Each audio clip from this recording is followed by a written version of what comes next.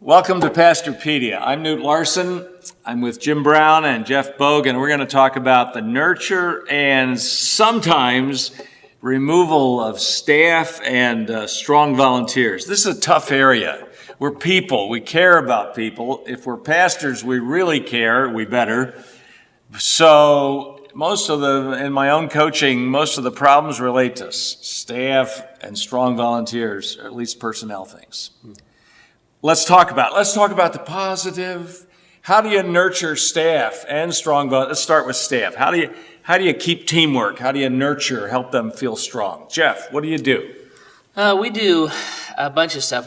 One, on a very broad scale, we just try to have an upbeat, fun, enjoyable relationships with each other. So I believe everything is relationship. So we'll get together at a home, we laugh together a lot, we pick on each other, those kind of things. In a structured kind of a way, I have a weekly staff meeting.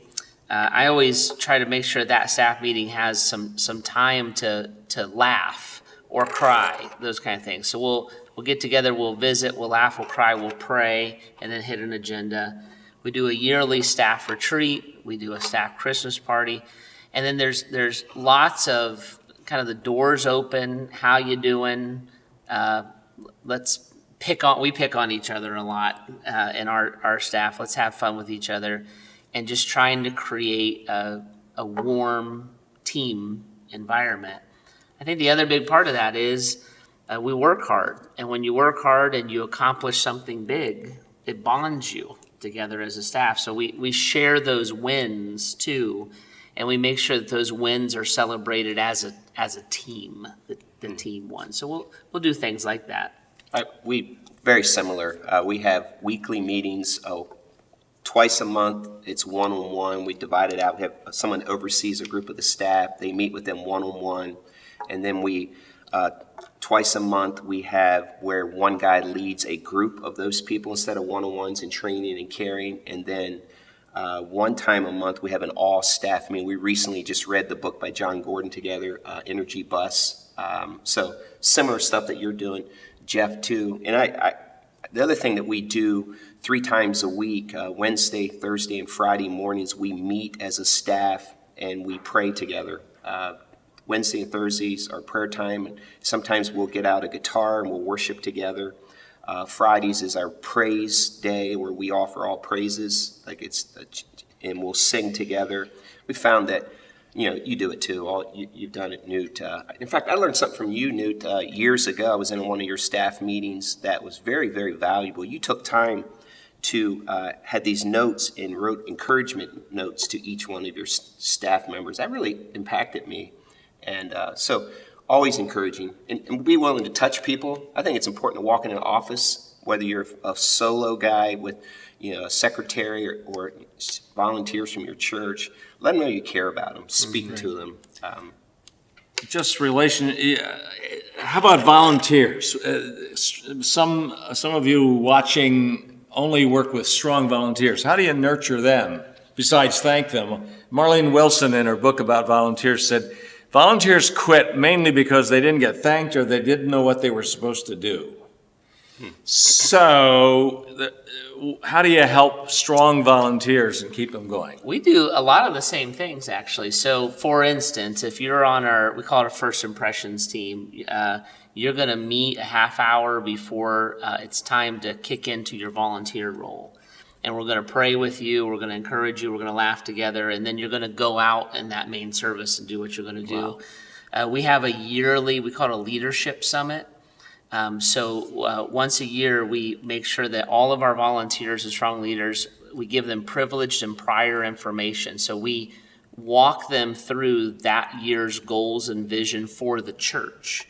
And we do that in a big setting where only those volunteers are invited to. So we want to give them strong ownership. We want to give them strong encouragement. We want to give them the freedom to take sabbaticals. So if they say, I need to take a little time off, we don't want to look and say, oh, great, you're letting us down. We want to say, well, thank you for serving 5 years in a row. And of course, take a break and love on them. We treat them like a team.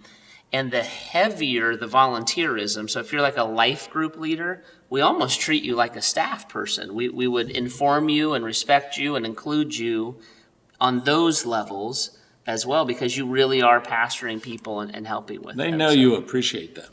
I'm very sure that they know that, and they know that they have real ownership. That our philosophy is best idea wins. So the best ideas don't always come from the staff, right? And so they know that they have that input. They can bring a concern, they can bring an idea, and we would, if it's the best one, we'll run with theirs too. So they have a high ownership. We live in a world where social media is, people walk around with mobile devices, and I think pastors underutilize it by just posting a picture of a guy that's serving, a gal that's serving, and say thank you. This week is camp for us this week, and I went around with my smartphone, took some photos, took some videos, and purposely made sure the workers were in there with the kids. And, it was liked and, hearts all over it. Show them that you care for them. And then when you walk into a room where volunteers are working, work your way to the volunteer, say thanks. If they see a touch from a leader or a staff member and you saw them, and you've said you are very valuable, that goes a long ways. You ought to say thank you 50 times a weekend. Oh my! And thanks for serving, and thanks for giving, and thanks for being here, and it goes a long, long way. And it does for us. I mean, we appreciate someone. I've never walked away from a conversation someone that would encourage me that I said, man, I wish they didn't say that. Yeah, that's right. And just walking down the hall of the nursery and thanking those people who give so much. Okay, here's a tough one. How about when is it time to remove a staff or a part-time staff or even a volunteer? When is it the best for the church that they change or get promoted to glory? Probably. This is probably one of the hardest areas in leadership because you love people. And I found the most challenging times for me as a leader is when you have to deal with disgruntled people, and because there's going to be a painful situation with them. Probably way before we normally do is when we should remove them. But being willing to have that conversation with them is very challenging. When they become, I say it this way, toxic. When they are negative, when they are complaining, when they go into their ministry and they're talking about all the things that isn't good or aren't good about this, when they become what I say toxic, have a conversation with them first. Yeah, many people avoid the initial, right. Hey, look what's happening. Right. Nothing should be a surprise. Right, just don't walk in and get rid of them. Give them time. Hey, this is what we observed. Use the Matthew 18 kind of, if they're doing something that's offensive or whatever, just talk to them, give them a chance to process it. Sometimes the reality is some people, that's their DNA. They don't even realize they're that way, and sometimes you can win them over. But it's very challenging. I'm going to work with a volunteer and a staff person differently. Yeah. And so a volunteer, I'm going to work really, really hard to make sure that they're failing because of their attitude. They're not failing because I led them poorly. And so they may be volunteering in a position where they're over their head, and we need to reevaluate that. We may need to just work a niche. When I first came to the church, I had a lady working in our kids program who hated children. Well, that's a good place to serve. Yeah, I felt like it was kind of a warm body mentality.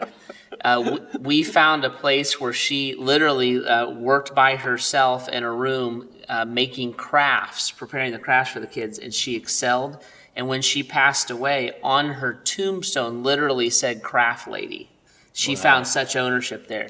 So going to do that, but Jim is on the money. If you're toxic or you're cynical or you're opposed to the vision of the church, we just have to even fire you as a volunteer. Now, a staff person, I'm going to be looking at many of those same things, but I'm going to be looking and saying, are you working hard enough?